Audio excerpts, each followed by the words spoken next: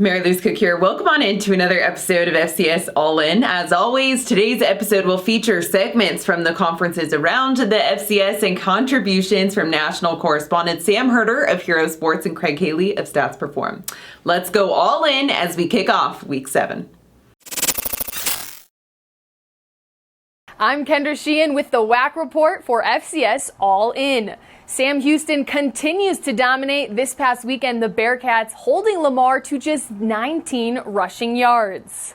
At Bowers Stadium in Huntsville, Texas, the home of the Bearcats, Sam Houston showing exactly why they are the #1 team in the country and reigning FCS national champions. SHSU up 14-0 in the second quarter. Eric Schmid drops a dime to Cody Crest in the end zone. The grad student making a phenomenal grab, leading the Bearcats this season in catches.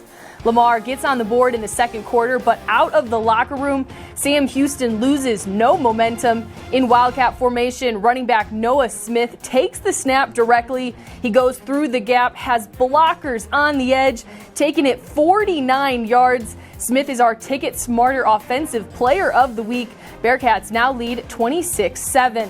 Sam Houston goes on to win their 16th straight game, 41-7. Bearcats haven't lost a game since November 2019. Coming up this week, Sam Houston has the week off as they prepare for 24th ranked Jacksonville State on October 23rd for the Bearcats homecoming game. Only 2 conference matchups this week. Lamar will travel to Abilene Christian to take on the 3-3 Wildcats. This is ACU's first conference game of the season. That's a 3 p.m. Central Time kickoff on ESPN+. Abilene Christian was on the road this week in Richmond to take on Eastern Kentucky. Wildcats find themselves down by 10 in the second quarter. It's 3rd and 2. Stone Earl has time to look downfield, airs it out to Alex Spadone. He makes the 49-yard catch and is down at the 10-yard line. That same drive, Tyrese White gets in from 6 yards out to put the Cats on the board.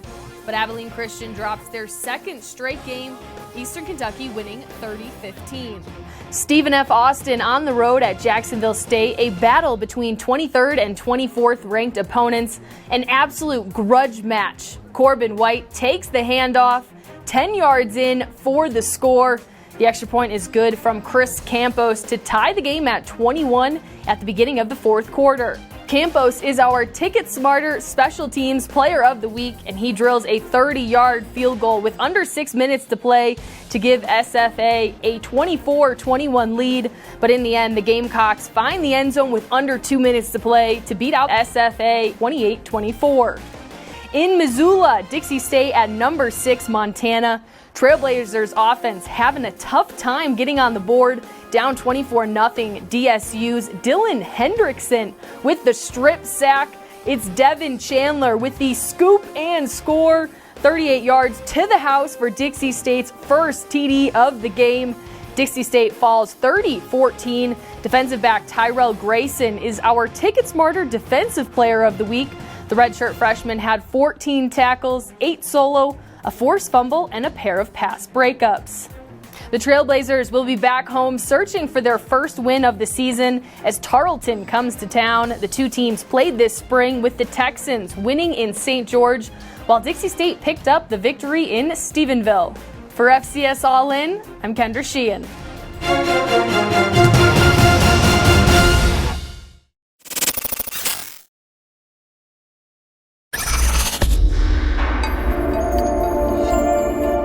Welcome to the Missouri Valley Football Conference Extra Point. Upsets were aplenty in Week 3 of conference play. 4 Valley teams pulled stunners, highlighted by Southern Illinois' top 10 win over South Dakota State. The Salukis rallied from an early 20-0 deficit to force overtime.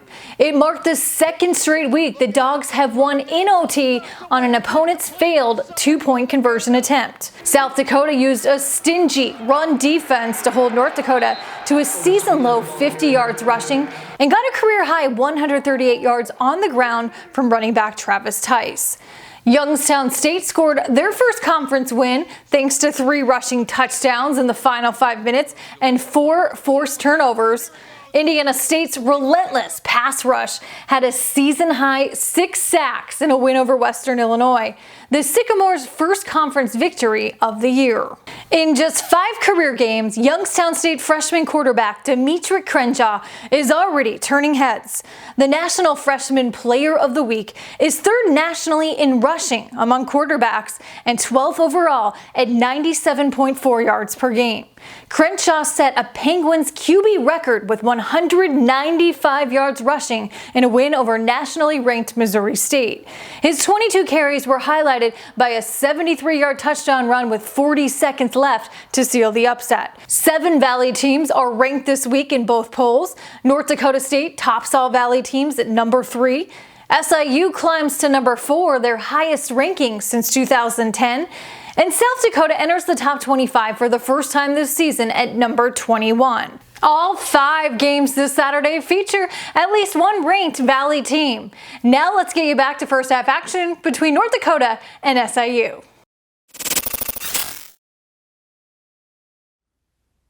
Hi, I'm Mark Bryant, the Big South Network studio with this week's football update. Big South has 4 undefeated teams going into today's play, but it's only going to be 2 at the end of the day. Let's take a closer look. Monmouth and Campbell have started 2-0 in Big South games, and the teams take the field today at 1 in Bowie's Creek. The Hawks have won both previous meetings with the Camels and have averaged 42.5 points with a winning margin of 27 in their 2 wins. Monmouth carries a 12-game Big South win streak into today's game and is also seeking its 8th consecutive Big South road win, which would tie the league record. Campbell has won 3 straight games, including last week's East-West Barbecue Bowl over Gardner-Webb. The Camels have averaged 54 points during their 3-game win streak and lead the nation in turnover margin and turnovers gained. Wide receiver Caleb Sneed has caught a touchdown pass in all 5 games to start the season, which ties a Big South record. Also undefeated in the Big South, North Carolina A&T and Kennesaw State go head-to-head for the first time at 5 this evening. The Aggies were picked 3rd in the Big South preseason poll and are off to a 2-0 start in league games.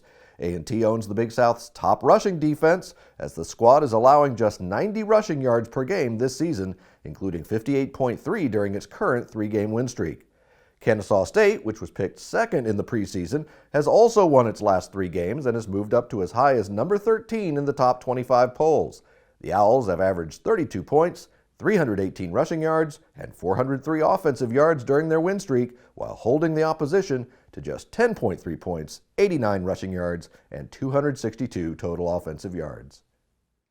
Hampton and Charleston Southern meet tonight at 6, with the winner earning its first Big South win of the season. The Pirates are seeking an end to their 4-game Big South losing streak, as well as earn their first ever Big South road victory. Hampton has scored at least 40 points in 3 of its 5 games this season, and quarterback Jet Duffy has thrown 5 of his 10 touchdown passes this year to Jadakiss Bonds. Charleston Southern, which has defeated Hampton twice in the previous 2 meetings, is looking to avoid an 0-3 start to the Big South slate. Quarterback Jack Chambers is averaging a league-best 298.2 passing yards and 357 yards of total offense for the Buccaneers. The Charleston Southern defense is averaging 9 tackles for loss this season and recorded 14 stops behind the line last week at Robert Morris. RMU and North Alabama meet for the first time on the gridiron tonight at 7 in what will be a non-conference matchup. Robert Morris earned its first ever Big South win last week with its 31-24 triumph over Charleston Southern. The Colonials are seeking back-to-back wins for the first time since a 5-game win streak during the 2019 season. Wide receiver DeAndre Hicks has caught 4 of his 17 receptions this season for touchdowns. North Alabama is playing its second and final first-time opponent tonight, and the Lions are seeking an end to their 10-game losing streak. North Alabama has been competitive in 5 of its 6 games this season and has scored more than 30 points in its last 2 contests. Quarterback Rhett Files has thrown for nearly 600 yards with 6 touchdown passes in that 2-game span. That's a look at what should be an exciting Saturday. Enjoy all the games and be sure to follow Big South Football on ESPN Plus and on social media at Big South Sports.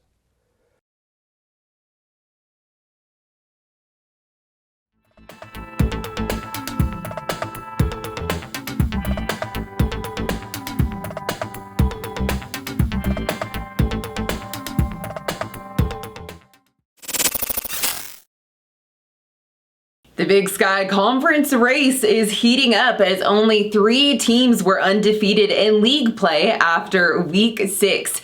Eastern Washington, Montana State, and Sacramento State all had big wins last week, while Idaho State knocked off previously undefeated and top 10 ranked UC Davis for one of the biggest upsets so far this season. Now, 5 Big Sky teams find themselves in the top 20 of both national polls this week. After Eastern Washington picked up a big road win at Northern Colorado, the Eagles climbed to number 2 in the polls, with their 6-0 start being their highest since finishing the 2018 season second overall in the country. I spoke to the program's head coach, Aaron Best, to discuss the Eagles' success so far this season. Let's take a look. When you look back to the preseason polls, your team was predicted to finish 3rd by coaches and media. In what ways do you think your team was underestimated? I think, just with the gap from the 19 fall to the 21 fall, some teams played in spring of 21, some didn't. There's a lot of unknowns, a lot of uncertainty across the board, not just with our team, but just, with football, with life, with the Big Sky, with coaches in general. We always talk in July about, preseason's great, midseason's okay, but it's all about the end of the season.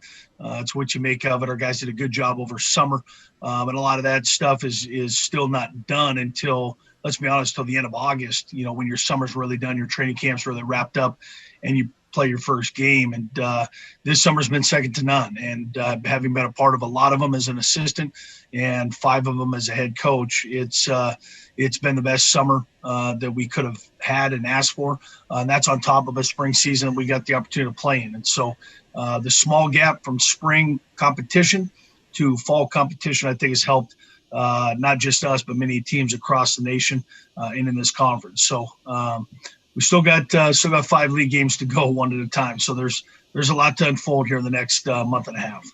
You can find the full interview with Coach Best on Big Sky Social. And with the continuation of some heated up conference play, here's a rundown of the Week 7 schedule. This week features 12 teams in action.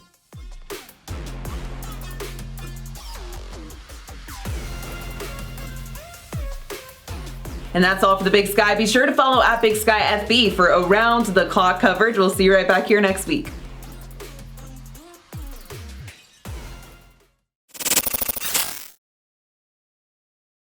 Close games continued throughout TA football last Saturday, with 4 of the 5 contests decided by 7 points or less.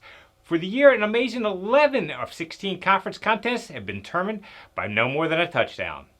Headlining this week's slate of games is 12th-ranked Rhode Island, which is off to its first 5-0 start in 20 years, traveling to face a Towson squad that evened its league record at 1-1 after a victory last Saturday. All 3 of the RAMCA victories have come down to the wire, and head coach Jim Fleming's team is playing with a strong sense of confidence. Right now we're on a streak, and we'll keep that going, but there is a belief that this team has. Towson head coach Rob Ambrose has also been impressed by Rhode Island's strong start and knows his team will need to be at its best this Saturday. These guys have all been through the ringer. They're old, they're experienced, they've seen the downside, and they've learned how to win. They believe in themselves as a team. 8th-ranked James Madison, which suffered a 1-point loss to Villanova last Saturday, will try to bounce back at Richmond. Head coach Kurt Signetti says the Dukes will have plenty of motivation as they take on their longtime rival.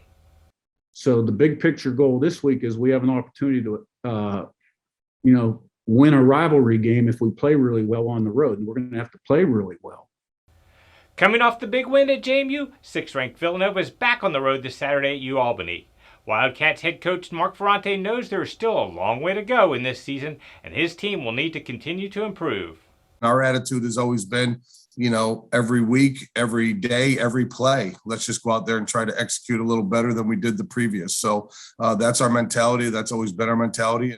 Here's a look at Saturday's schedule in CAA football.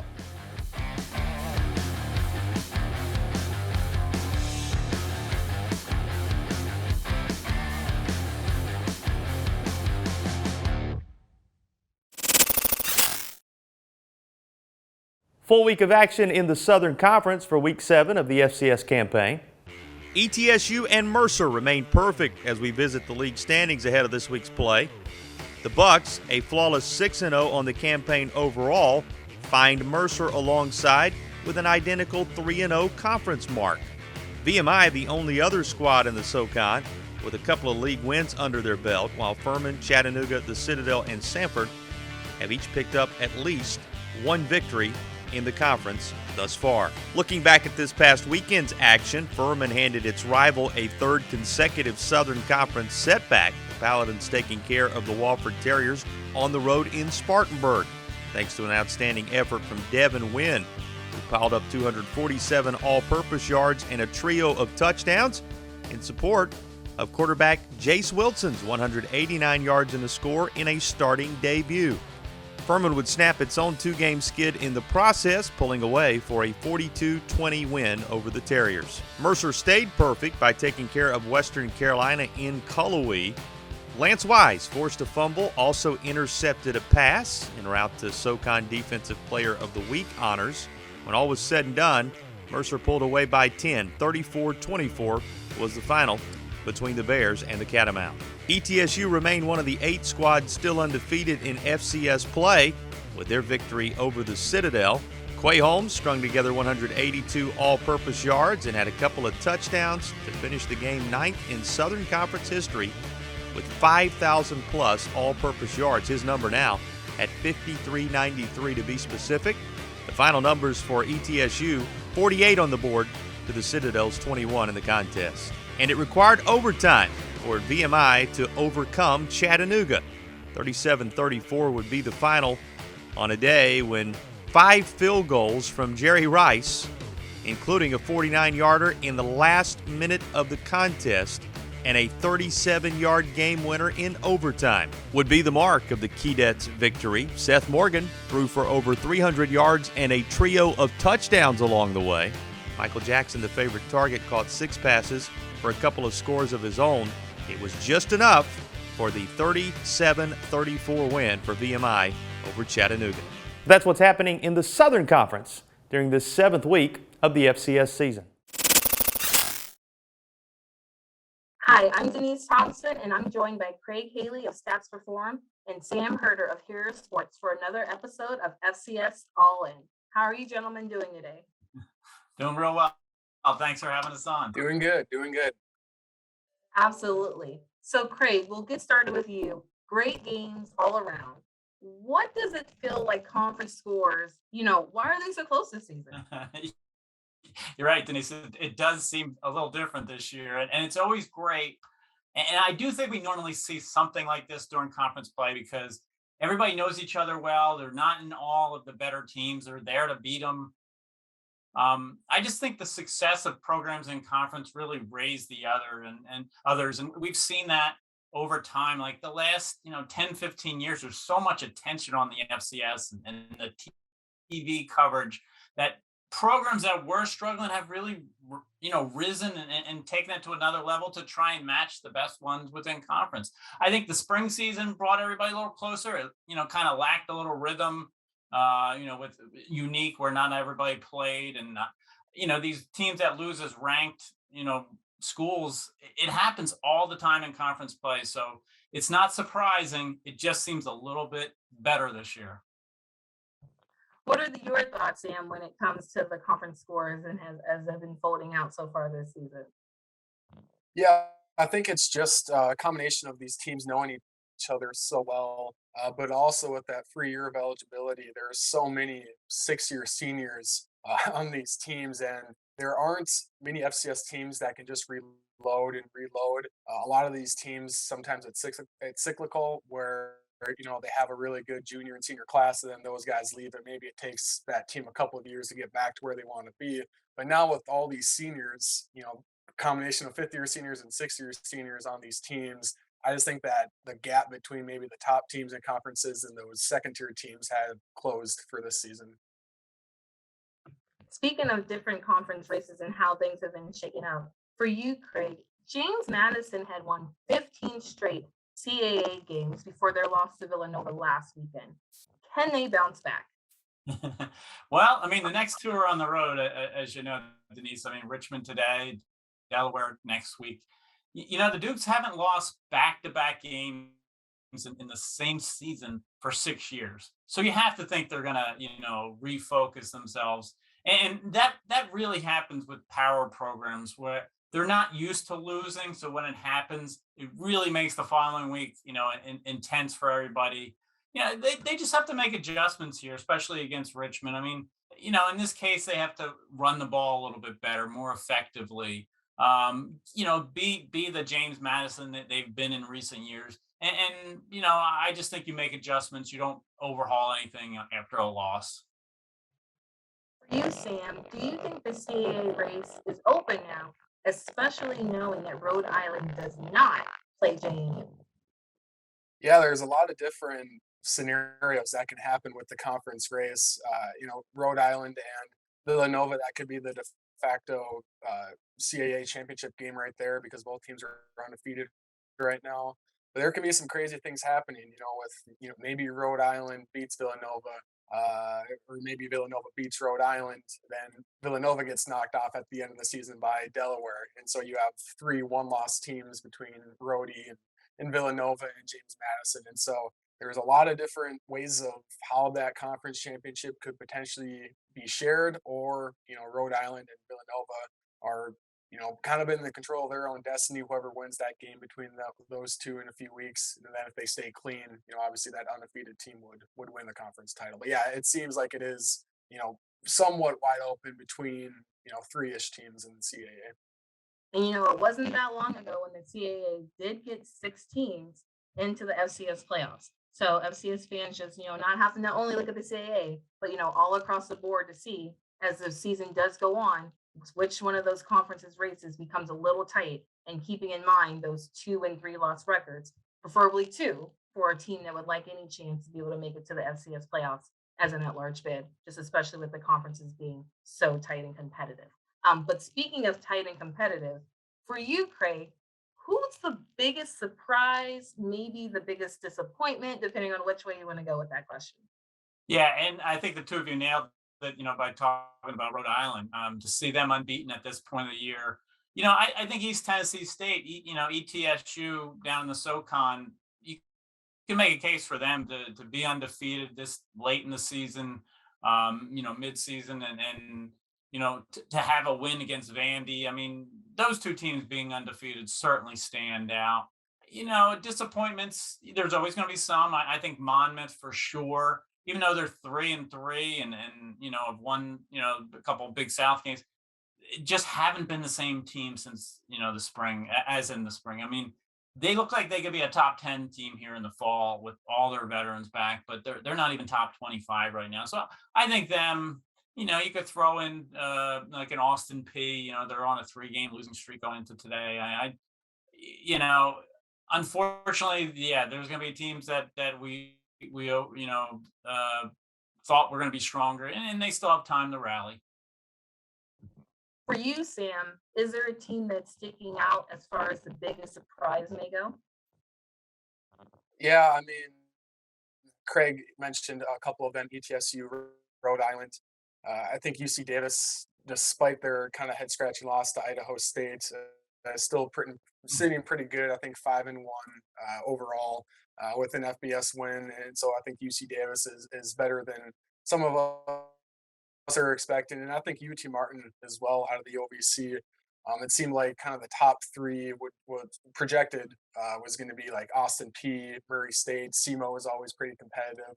Not many people had UT Martin being atop the OVC, and so I think that's another team that has been a pleasant surprise this season. Speaking of the OVC, Sam, the OVC in the Southland announced a scheduling alliance. What are your thoughts on that piece of news? Yeah, I think it makes sense just to help with some travel, but also with those two conferences having a low number of teams in their conference now, with some teams departing to go elsewhere.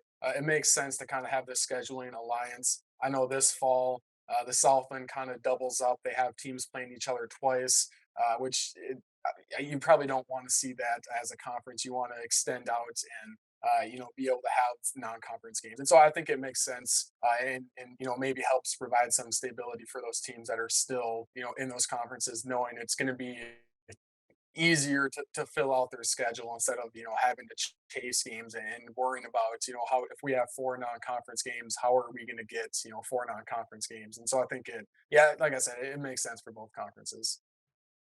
Venturing over to the Ivy League, Craig, Dartmouth, Harvard, and Princeton all sit at 4-0, with all of their wins coming at the FCS level.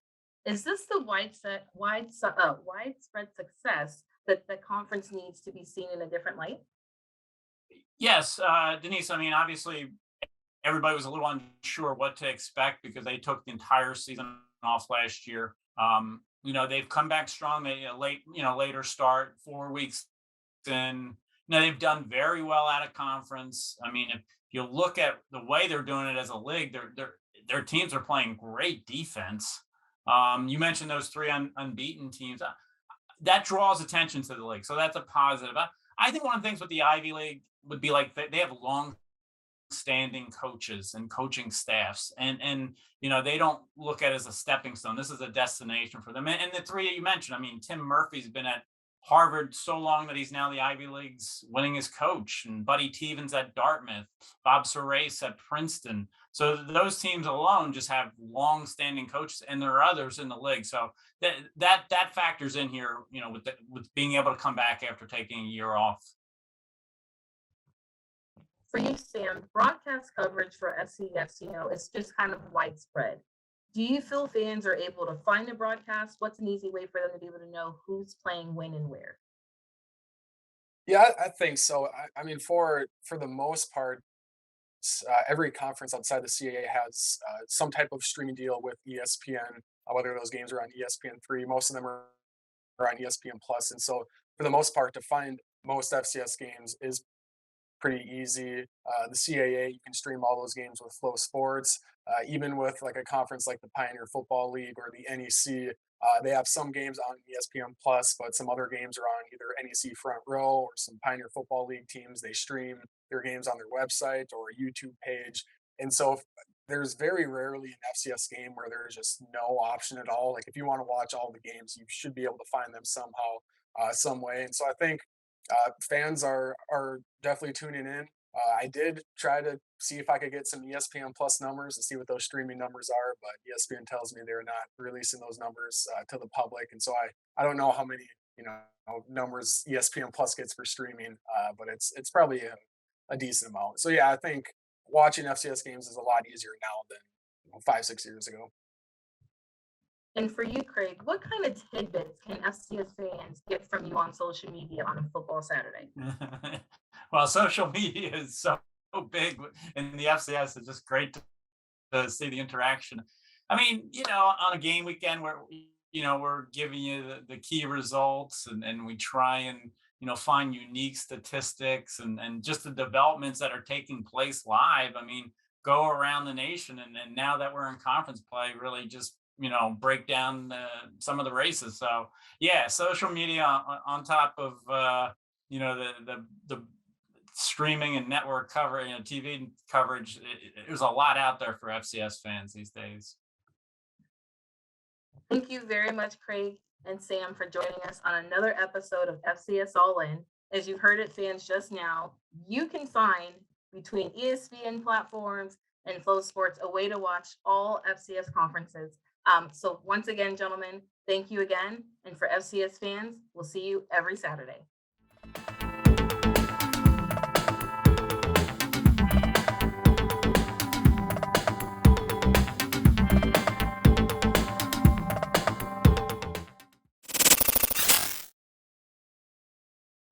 We've officially reached the halfway mark of the 2021 Southland Conference football season, and so far we've had many great games and individual performances. After an exciting matchup between Nichols and Southeastern last weekend, 3 Lions sweep the Southland Conference Football Weekly Awards presented by Geico. Taking home the Offensive Player of the Week honor for the second straight week is none other than Cole Kelly. The senior quarterback once again put together an astonishing performance, contributing 461 yards of total offense and 7 touchdowns in the 58-48 win over rival Nichols. He completed 76.3% of his passes for 406 yards and 5 scores, while also rushing for a team-high 55 yards and 2 touchdowns. In addition to being named Southland Conference Offensive Player of the Week, Kelly was also named the Stats Perform FCS National Offensive Player of the Week and the College Football Performance Awards FCS National Performer of the Week. Gage Larvadane is awarded the Special Teams Player of the Week after his contributions in the 10-point win over the Colonels. Following a Nichols touchdown that brought the score within 3, the freshman wide receiver took the kickoff 100 yards to the house for a score, Southeastern's first kickoff return for a touchdown since 2017. He averaged 33.6 yards per kick return in the win, and additionally caught a 76-yard touchdown in the second quarter, finishing the day with 254 all-purpose yards.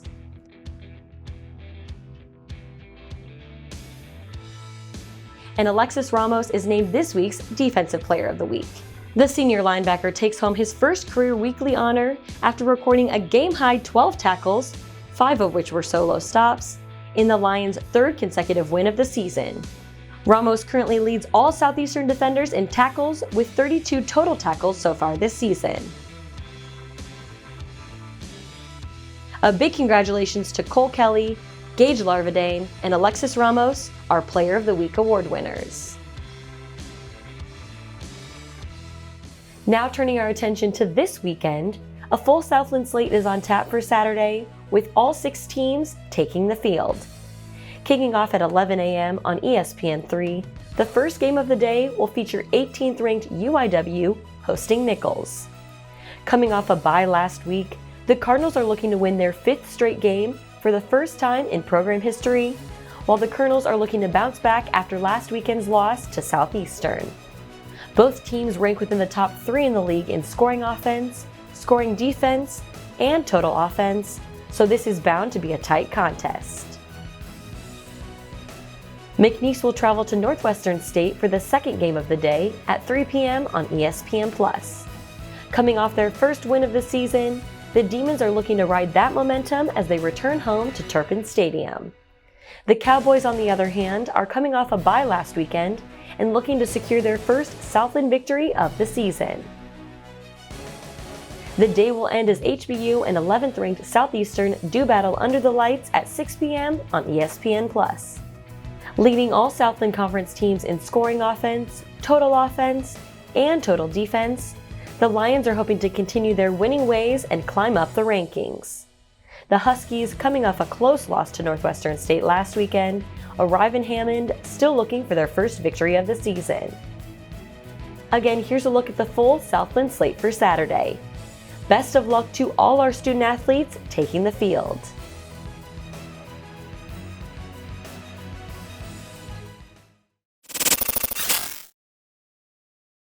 What's up, everybody? Emery Hunt, the czar of the playbook, back with you once again for Week 5 Ivy League football action as we preview the upcoming slate of games involving the Ancient 8. And as we take a look at the standings, as you can see, there are 3 teams right now undefeated on the season in the Ivy League. You're looking at Dartmouth, Harvard, and Princeton, and all 3 squads share a lot of the same elements. They can score the ball at will, they can put the ball in the paint, but they can also play stingy defense. So it's going to be interesting to see how this plays out, as right now they look like the front runners for the Ivy Crown. But as we like to say in football, there's a lot of ball game left.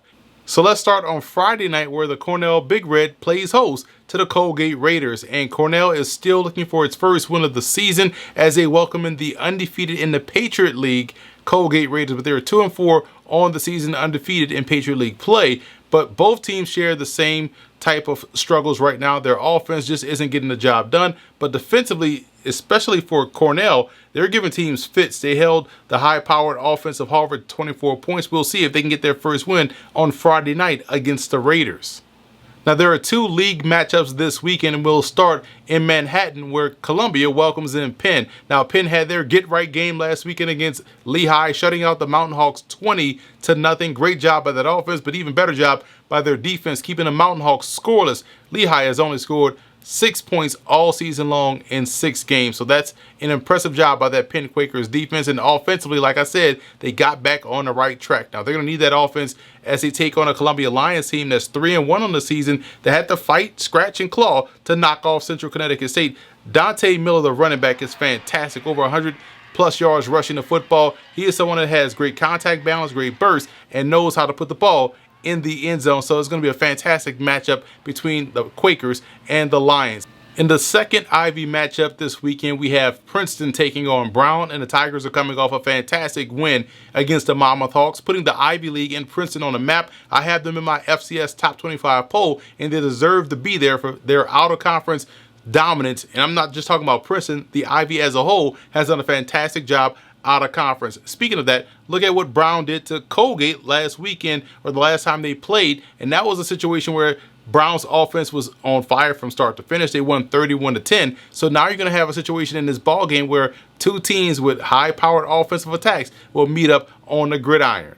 And finally, we have an Ivy League versus FBS matchup as Yale travels just a little short way to Storrs, Connecticut to take on the UConn Huskies. And the last time we saw Yale play an FBS opponent, they upset the Army Black Knights at the Yale Bowl. We'll see if they can go into UConn and do the same thing. This is a fantastic week of football in the Ancient Eight, and that's a wrap for this week's edition of the Ivy League football preview for Week 5. So keep it locked on ESPN Plus for more great Ivy League football content.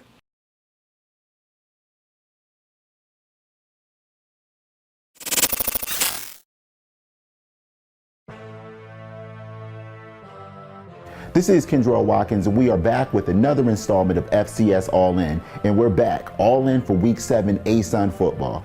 This weekend's conference features the first ever meeting between two ASUN conference football programs, where Eastern Kentucky travels to Conway for a battle against Central Arkansas. The teams have only met twice before, with the series knotted at 1 win apiece. Eastern Kentucky's defense ranks 3rd in the nation with 10 interceptions so far this season. The team also ranks 9th in the FCS for teams' passing efficiency defense. Central Arkansas's high-powered offense comes in today's matchup ranked 10th in the FCS. QB Braylon Smith sits 3rd in the country with 18 passing touchdowns and 13th nationally with 1,603 yards through the air. LaJuan Winningham currently ranks 4th in the nation with 584 receiving yards. Darius Hill's 7 total touchdowns this fall ranks 8th. Kickoff is set for 5 p.m. Central Standard Time, so get your popcorn, get in front of a television. It's going to be epic. This is Kendra Watkins with another installment of FCS All-In. Make sure that you tune in on all of our social media platforms on Instagram and Twitter at ASUN Sports, and also make sure that you like us on Facebook. Till next time.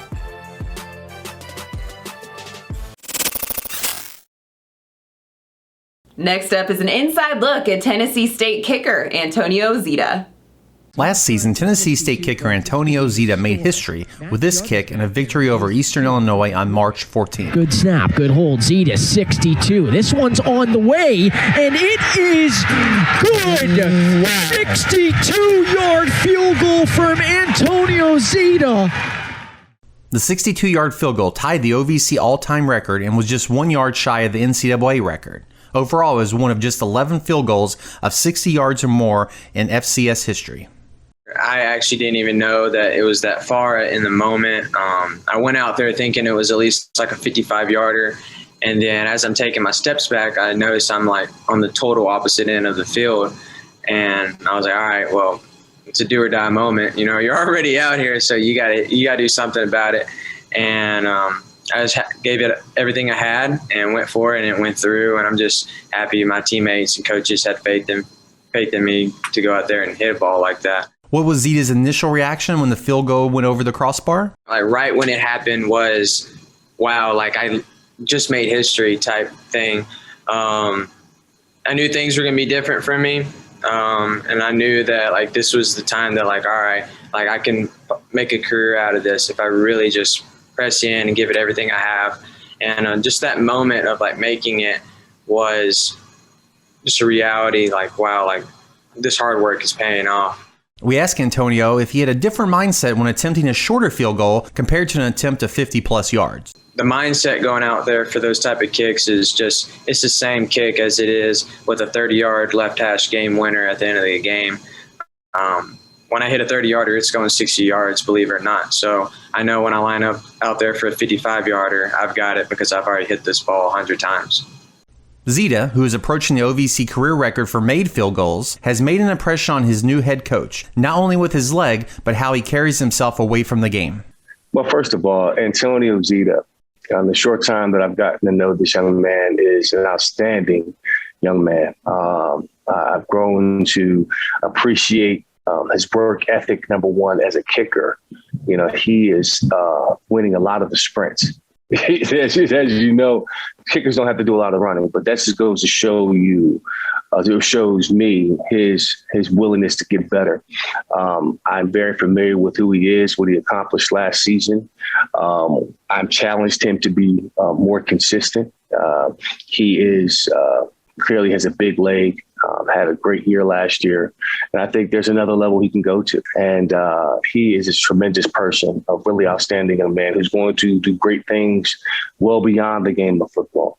Overall, Zita has a good perspective on the game of football and the importance of being a student athlete.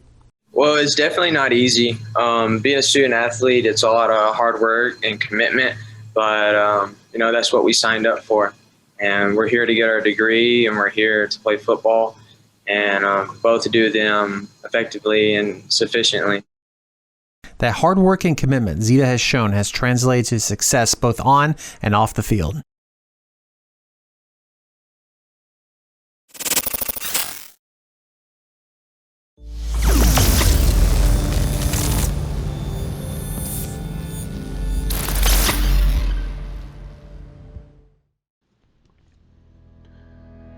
Quentin Williams threw for 337 yards and 2 touchdowns, including a program record 97-yard bomb to Antoine Murray, as Howard University opened conference play this past Friday with a 27-0 win over Morgan State in front of a national ESPNU audience.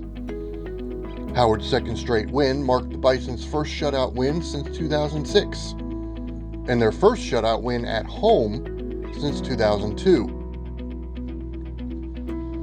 Delaware State put up a program record 42 points in the second quarter en route to a 56-6 win over Virginia University of Lynchburg on Saturday. The Hornets won their second straight game and got 100-yard rushing performances from both Savion Wilkerson and Michael Chris Ike, both of whom also had 2 touchdowns. Davius Richard completed 32 passes for 313 yards and 2 scores, falling 1 pass completion shy of the single-game program record in North Carolina Central's 27-16 loss to Tennessee Tech. And South Carolina State fell 30-7 on the road to Florida A&M. There are just 2 games on the docket this weekend, starting at 2 p.m. when Norfolk State returns to Dick Price Stadium to take on Virginia University of Lynchburg and celebrate the Spartans' homecoming. That game will be live on the MEAC Digital Network on ESPN+. At 3:30 p.m., Morgan State will be in Orangeburg, South Carolina to take on South Carolina State in a game that will be shown live on ESPN3 and rebroadcast on ESPNU at 10:30 that night. This Saturday, the MEAC's Countdown to Kickoff, presented by Coca-Cola, will premiere live from Orangeburg, South Carolina, in advance of the Morgan State-South Carolina State game at Oliver C. Dawson Stadium. Join hosts Charlie Neal and Nicole Hutchison as they preview this weekend's action and interview both head coaches, Interim President Alexander Conyers and Director of Athletics Stacey Danley, and other guests. The only on-site conference-produced football preview show in FCS will air live at 1:30 p.m. on the MEAC Digital Network on ESPN+. For more information on MEAC football and the conference's 15 other sponsored sports, please visit MEACsports.com.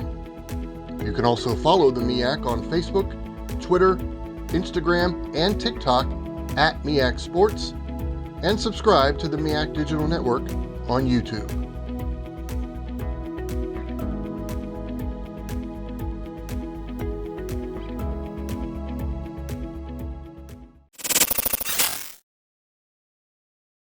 Ralph Ventry back with more NEC football on FCS All-In, and today we'll take a look at a top tweet and a top feat.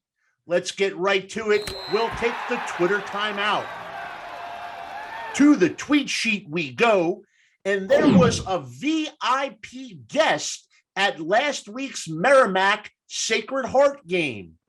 Yes, folks, the Reese's Senior Bowl had representation on location, and Senior Bowl director Jim Nagy continues to be impressed by the potential of Merrimack defensive back Darian McKenzie. Of course, there were likely some others who caught Nagy's eye during Saturday's game, maybe a SHU O-lineman or two, but McKenzie has been on the radar since the summer when he landed on the official Senior Bowl watch list. Sacred Heart running back Julius Chestnut was also on the list, but he has been sidelined by injury since week 2. The moral of the story, there's talent in the NEC, and the Senior Bowl is taking notice. Wow, stats amazing. And what has me in a state of amazement this week? Well, it's St. Francis wide receiver Josh McGrigg. He's a graduate transfer from Villanova.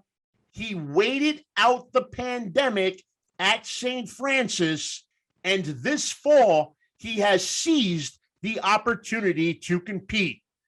McGrigg with a special day against LIU in week 6. He scored 3 touchdowns, all in a different manner. First, a 47-yard touchdown reception, then a 90-plus yard kickoff return for a touchdown, and then a 59-yard punt return to the house. 3 touchdowns for Josh McGrigg, 3 different ways he gets it done, and SFU head coach Chris Valerial couldn't be happier for his veteran return man. We couldn't be more happy for Josh. Josh, during the whole pandemic, his attitude was so great when things were looking so low for us, and he just came down and he was always positive.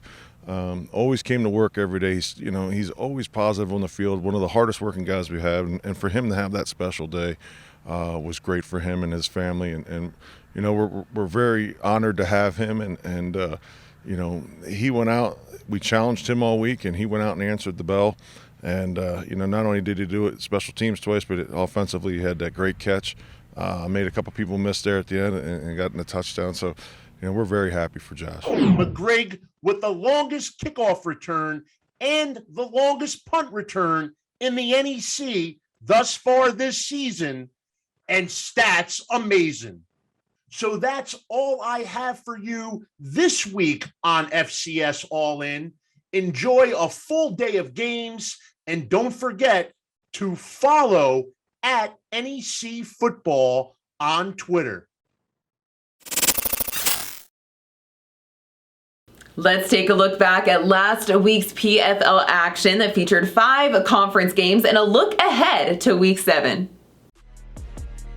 The Pioneer Football League wrapped up another weekend full of action last Saturday, with 5 conference games getting underway. In Indianapolis, San Diego took down Butler 52-21. The Toreros scored 45 unanswered points to take a big lead over the Bulldogs. The scoring didn't just come on offense, as a pair of pick sixes highlighted the fourth quarter. The win secured San Diego's second conference victory, moving to 2-1 in the standings.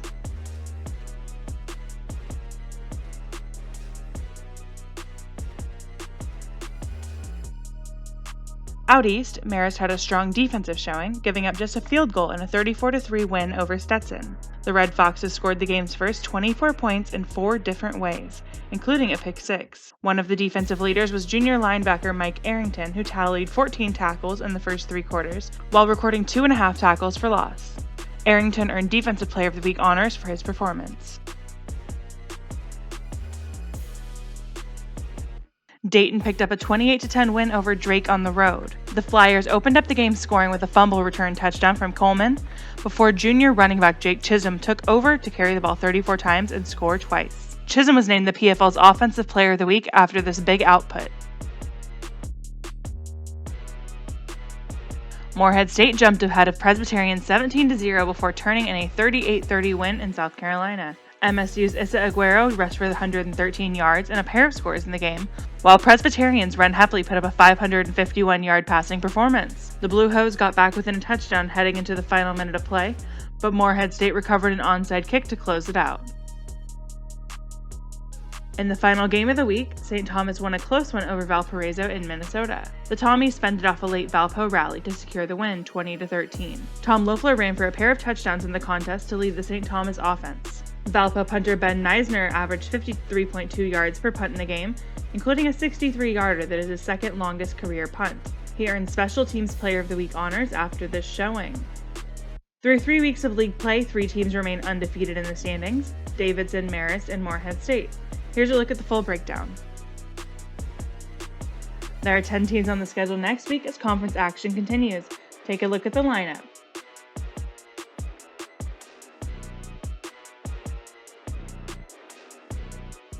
Thanks for going all in with us. You can catch every episode of FCS All-In right back here every Saturday at 10 a.m. Eastern Time. Be sure to like, comment, subscribe, and ring that bell icon to stay up to date on all the latest FCS All-In content.